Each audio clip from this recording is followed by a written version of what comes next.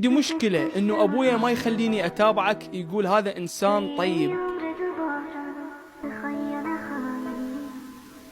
ماشي راح اصير مو طيب حتى ابوك يخليك تتابعني. صحيح اكو نسبة كلش قليلة بالمجتمع دائما تكتب لي ابويا ما يقبل نتابعك، دي يحسسوني انا انسان فاسد. ناس يرفضون الواحد يحكي الحقيقة. اكو بنات يكتب لي امي ما تخليني نتابعك لان يقول يطلع عين البنات. هاي لين اقول ديروا بالكم على البنية، والبنية لا تضربوها، واي مشكلة تصير وياها ابحث عن السبب، لان من راح تبحث عن السبب راح يطلع الخلل بيك وبتربيتك وطريقة معاملتك.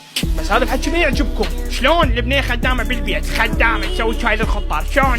حتى دراسة ما تخلوها تدرس، ولعلمكم بدكم تتابعني بدون ما تدرون.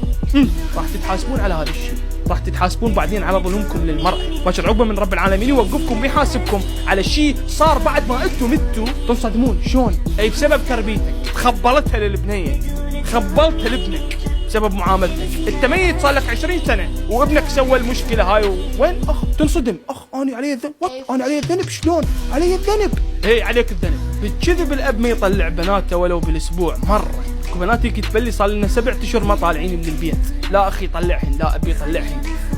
كتم خنق، حاله نفسيه. مو هي شلون تتعرف على ابو يزن ويضحك عليها وبعدين من تلقفها تشبعها كتل وكانما هي الغلطانه. من ورا سوالفك ابو جبار يجي واحد ميس ونعال يقشمر بنتك بسبب الكبت والحرمان والخنقه ويجي يضحك عليها بس كم كلمه حلوه. انتم ما تسمعوا كلام حلو، بينما انهم مخلين بناتكم تدرس وتتعين وتتوظف وتعتمد على نفسها. كان ما صارت فارغه لكل هالامور التافهه. إن شنو بنات اللي نستوي فراغ؟ ما صارت بنتك ب1000 رجال، ممكن من تكبر براتبها تصرف عليك، من يطلع ابنك معفن ويحاول يطردك من البيت. بس ايش تفتهم انت؟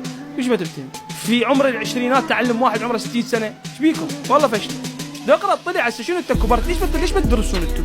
حتى لو كبرت يعني شنو فاتك القطار؟ شو له علاقه الثقافه بهاي؟ اقعد انت قاعد بالبيت 24 ساعه وانت حجي 24 ساعه قاعده تطبخين. اقرا شويه تعلم الثقافي، مو عيب ترى، مو عيب. عرفوا شلون كيفيه تربيه الاولاد والبنات، عرفوا شلون تربوهم، عرفوا شلون تزرعون بداخلهم الاحساس والحنيه. شلون سالفه بالله انا اعلم اجيال قديمه ما اعرف. انا ذاك اليوم من ولدت اعلم الجيل صار له 50 سنه قبلي.